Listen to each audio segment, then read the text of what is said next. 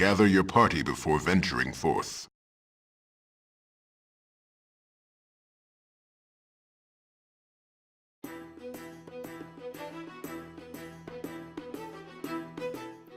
Ladies and gentlemen, patrons of the Dungeon Pub, welcome back.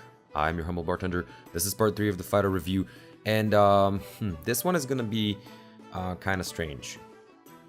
Well, no, I mean, we're still gonna talk about the Fighter, obviously, but see, Fighter's kind of weird when it comes to the part 3 of the review, because Fighter is very, it's broad, and given the fact that it's a platform, I can't really sit here and tell you, oh yeah, this is good and this is bad and stuff like that. Also, I mean, I generally don't feel good about this because it's about you and your build and how you feel about what you're doing. So a lot of my comments might come off as, oh my god, why is the guy saying that? Maybe that's not true. You're right. I mean, it's true. Everything in the book is good to a degree or in a certain situation. But I sat down and I figured, hey, maybe if I just kind of organize it a little better, that is going to work. So here's what I come up with. Essentially, in part 3 of every review, we talk about overall combos, backgrounds, races, feats, even weapon combos if you want, that kind of work well with the class that we're talking about. So for the Fighter, well, here's the thing. Fighter can go many ways. So depending on whether you're going for strength and dex, you can kind of already see where I'm getting at. There's very few things that are not going to be okay or even very good on a Fighter build. But let's say that for the sake of argument, let's start from the point where you pick your strength and constitution based fighter, heavy armor guy. And obviously when you look at the backgrounds, and depending on what kind of backstory or just character idea you have, you're gonna know the sailor, soldier, and outlander. There's right there for you. I mean, they give you athletics, they give you perception, they give you survival, like things that you can kind of fit well with the stats. And it's kind of cool. I mean, fighter, soldier, just the classic. I'm just saying, my first character was a fighter soldier. Sailor, actually kind of cool, especially if you want to go for that pirate option. Outlander, again, I mean, you can just fit in so many themes and so many things in there. But yeah, but then again, once you start looking through the backgrounds, just the ones in the book, I mean, we're not even talking about the complementary stuff. You're gonna see urchin, you're gonna see criminal, the spy variation. You're gonna go, man, that's some cool stuff right there. Like, you can even go entertainer, gladiator, right? I mean, it's right there for you. So in terms of backgrounds, see what I mean? It's kind of weird. Like, you can do so many things, and it's not really gonna limit you, or it's not gonna come to a point where you go like, oh man, I shouldn't have taken that background. No, it's amazing. It's great. Further to the point, and I keep saying this, but in my personal view, character creation starts from the background and actually ends with the class. So with that in mind, you can just start anywhere and just slap a fighter onto it and be like, hey man, this is my build, and it's gonna be great.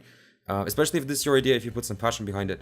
But that's it. I mean, that's that's all the summarization I can give you about backgrounds. Like, yeah, soldier, sailor, outlander kind of gives you advantage. No, see, that doesn't work. So essentially, I'm just gonna skip this because I don't really feel okay with this. But let's move on to races, because here we can actually diversify a little bit more, and it's actually easier to tell you what races are not actually the top of the line fighter selections than to tell you which are the ones. Like, everything that gives you plus something to strength, plus something to dexterity, even plus something to constitution is going to be okay in terms of a fighter build. Essentially, actually, even before stat allocation, depending on how your party chooses to deal with it, you're gonna see all the races and you're gonna go, man, if I want to play a fighter, essentially all of this works. Like, maybe you're gonna look at the tiefling and go, okay, maybe not exactly the best choice, but everything else is just there. It's just good. You're gonna say, oh, what about like halfling? Yeah, stout heart halflings are amazing. Like, it's just great stuff. +1 constitution, all those little tiny bonuses, resist to poison. You can be that, underdog, really scrappy kind of guy, and that's fun. That's amazing. That's great to have in a party. Like, you look at the party of paladins and wizards, and here's the fighter, and he's small. See what I mean? It's kind of funny already. In terms of let's say ease of access, obviously dwarf, mountain dwarf, hey, even hill dwarves, they're gonna give you great bonuses, resistances. Actually, many of those bonuses are wasted because you're gonna get them from the class, like proficiency with axes, hammers, stuff like that. Resistance to poison, always great. +2 constitution, +2 strength, just right there for you. If you wanna be the guy who min maxes and likes to always be on top of the math, actually dwarf is not really the optimal choice for a fighter because many of those bonuses you get from the class itself. So maybe you want to look in another race. Elf, again, amazing. Like, except maybe the drow, because drow are very let's say a lot more specific in terms of class selection. But Wood Elf, amazing. Just High Elf, great for that Eldritch Knight build. And overall, elves are just kind of cool, right? They're just better than everyone. I'm gonna keep saying that. Half Orc, I mean, really, just the race that's built for smashing things and getting smashed. Dragonborn, a +2 strength, great, fantastic, but you also get inbuilt AoE, which is, again, I'm gonna say maybe the greatest weakness of the fighter class. So all in all, again, kind of like the backgrounds, not really a specific way that you can go wrong. Again, maybe a few races in there that kind of don't really make it, but actually I view it as a challenge, because if you look at the gnome and you say, oh, how can you make a powerful gnome warrior? Well, I mean, we're gonna talk about feats in a second, but you don't necessarily have to be the fighter that just sticks it out in melee and takes the hits with a shield and shouts orders. You can be that ranged guy, use that inbuilt inventor feat, work with your DM. Let's see how many times of you asking is it gonna take for the DM to allow you to make grenades. Stick a grenade on a crossbow, just watch the magic fly and happen without any spell slots. Last one standing wins. So little things like that. Again, the fighter allows for this kind of thing. It's very open to stuff like that. Unlike other classes who are much more streamlined, like the paladin, like let's say the warlock, who have all these amazing bonuses just flying into the concept. The fighter doesn't have any, and that's kind of the point. So you know, races, backgrounds, not gonna be exactly the reason why you're gonna choose a fighter. But then, dear listeners, you get to feats, and here is where the magic really begins to work for you, because there's a lot of feats, okay? And just looking at the sheer amount of it, you can say, oh man, like I can do so many things. Precisely. Now, looking at the fighter class, especially if you go for variant human, and I've been saving this up in the terms of races, because the variant human is the race that gets to start with one additional feat, you can get a total whopping 8 feats into your build. And I mean, that's so much customization that even the most fluffy class is gonna stay there looking at you like, man, you got some stuff.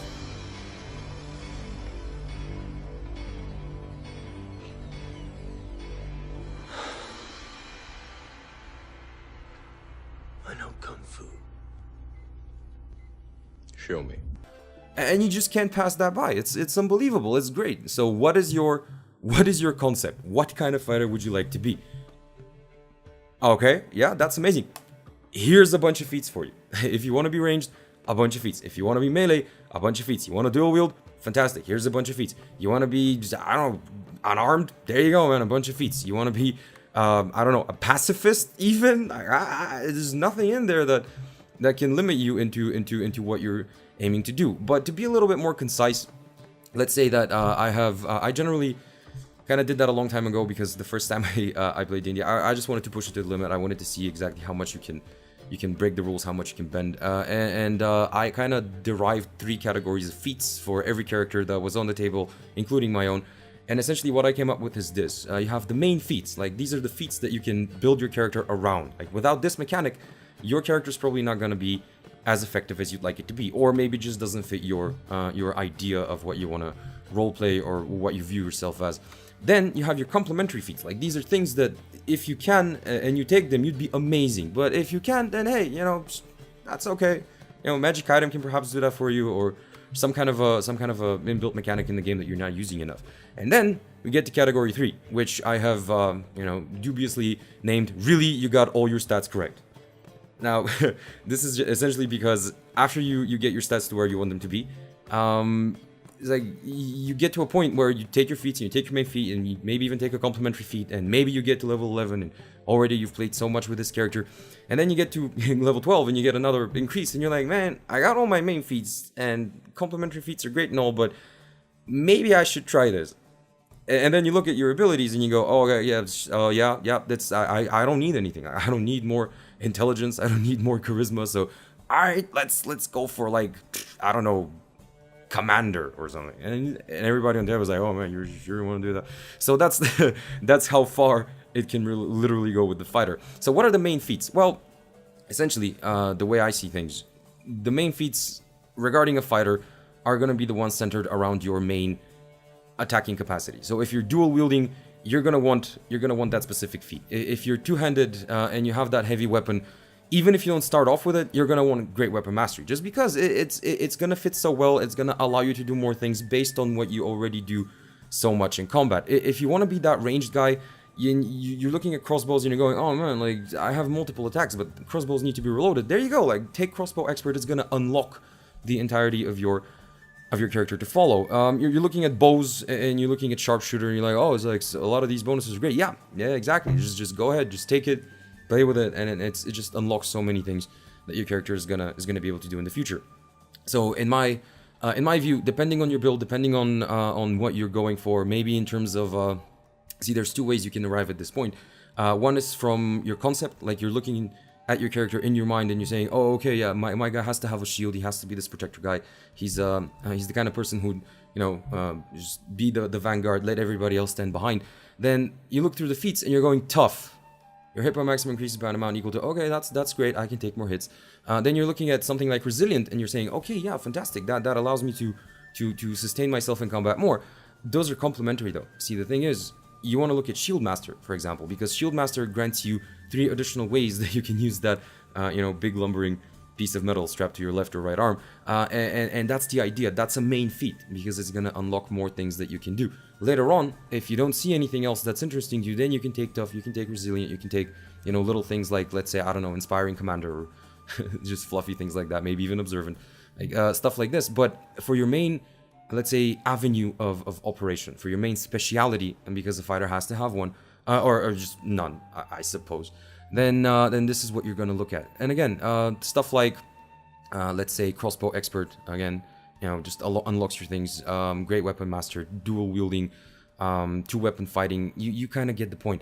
But then you start to play around with it, and you learn the rules a little bit, and you look at all those feats, and you're like, okay, this Tavern Brawler is an interesting thing. Like, when you specifically look at it statistically, you always have a bludgeoning dagger on you without the necessity to carry one. Like, your unarmed attacks just deal more damage. But then you start reading more, and you look at those things that it allows you to do. Like, increases your score, okay. You're proficient with improvised weapons and unarmed strikes. Fantastic. See, now you're thinking like, man, I don't even, like, I can play an entire, I can build an entire concept around this. Like, this brawler guy, this really nasty, say, pirate guy who just, sure, he has a cutlass or a sword or whatever, but it's just, you grab the nearest thing, just smash it into somebody, and that's gonna be so fun to play. Unarmed strikes uses D4 for damage. Okay, great. If you never have anything handy, then just use your hands. But then lastly, it says when you hit a creature with an unarmed strike or an improvised weapon on your turn, you can use a bonus action to attempt to grapple the target. And this is one of the mechanics that, again, kind of breaks that action economy, allows you to do something special, something unique. And you're thinking, oh man, that's kind of cool, right? I mean, I'm a big burly guy, I have a lot of athletics, maybe I can do something with this. And then suddenly you start grappling guys, and you learn the ways that grappling can be amazing. We're maybe even going to have an entire video about that whole thing. And then you look at further feats and you go Grappler. And you say, oh, okay, yeah, sure, that kind of maybe works better. This, sir or ma'am, is what we call a feat combo. And it's great when you do it. It's great if you can find that synergy with your abilities, with your class abilities, with your stats, especially with your proficiencies. And then lastly, you do some kind of a neat feat combo. It just works so good because you're standing there in combat. And again, that's why the fighter essentially excels at combat, because you can do things like that. See, other classes are more pressed to have that stat up to 18, up to 20, or maybe have that additional proficiency because the story or the adventure setting kind of demands it. The fighter can allow him or herself to have a combo like that. And other interesting combos are, I don't know, just off the top of my mind, look at Polearm Master. If you're using that something on a stick, something sharp or heavy, you take Polearm Master and you go, yeah, great, I can always use my bonus action to deal more damage. Don't forget to add your strength to that, by the way, because I spent essentially 2 weeks not adding my strength to that strike. And then you're like, okay, Polearm Master is great. You get to reach level 4, and you're like, okay, how can I make this even more amazing? And you browse through the feats, and suddenly you get to a tiny, little feat at the bottom of the list called Sentinel. And you're looking at that and you're going, oh, great, sure, man, I can be like a halberd guard. Yeah, well, yeah, but when you start reading through what it does, and then you think about the combat encounters that you've had so far, and suddenly this realization comes like, man, that's amazing. Like, that's just great. I can be amazing at this. So you take that Sentinel feat and suddenly the game just immediately changes. I personally, I played a wizard. Okay, I played a caster. I played a rogue.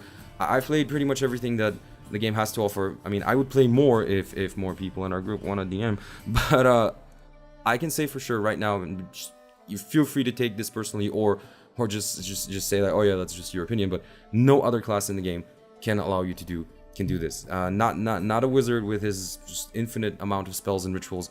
Not a sorcerer with the sorcerer points. Not a druid with all the shapeshifting. Not a rogue with all the action economy. No. This is something specific for the fighter.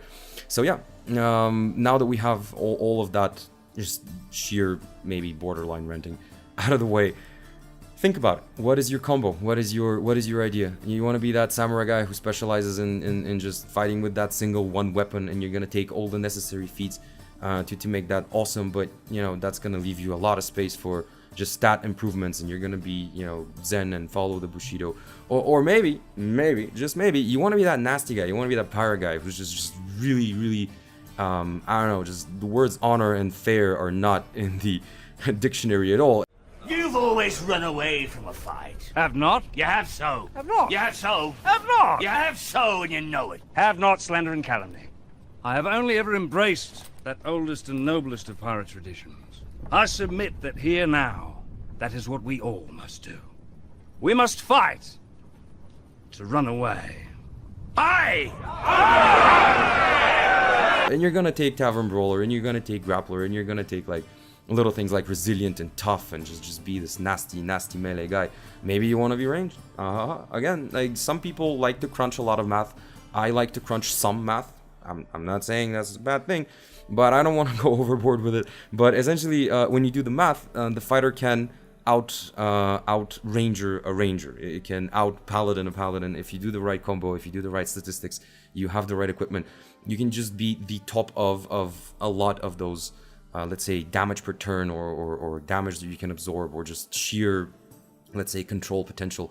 Don't forget about the Battle Master. Don't forget about the Eldritch Knight. Like, these are combos that you can include. And now the possibilities are just infinite. Like, you want to try to grapple with an Eldritch Knight. You want to try to be an archer as an Eldritch Knight. That's actually a very interesting concept that not a lot of people that I've spoken to have implemented. Would you like to be just a great sword battle master? See, that's hella fun.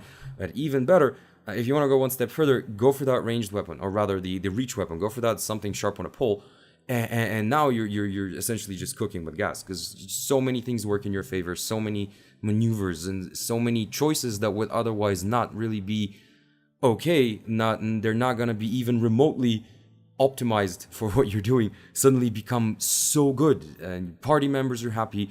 Other guys in the party that play with you are gonna be like, man, that's a good build, that's a good choice.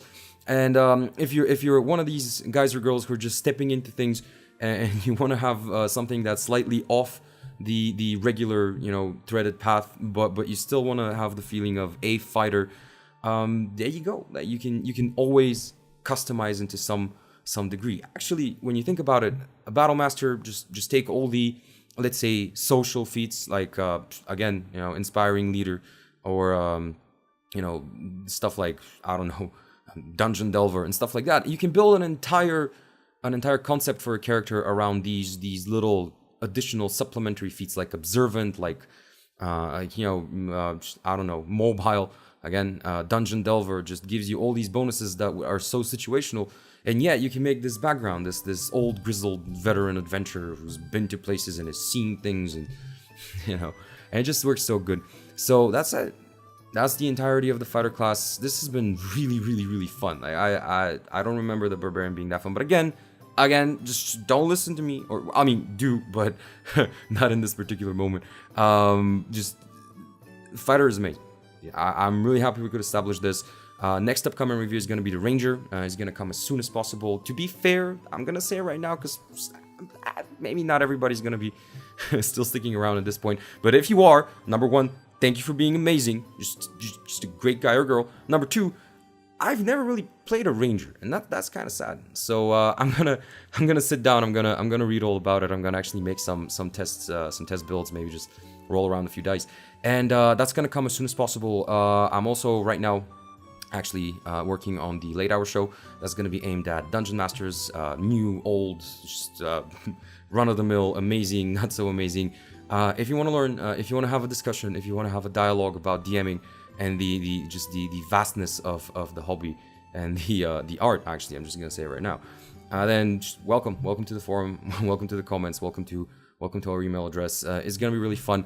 Thank you for sticking, if you're still listening to this, and just go make a fighter. Come on, man. If you haven't done it already, why? Just go. Get our character sheet. There's the book. Go on.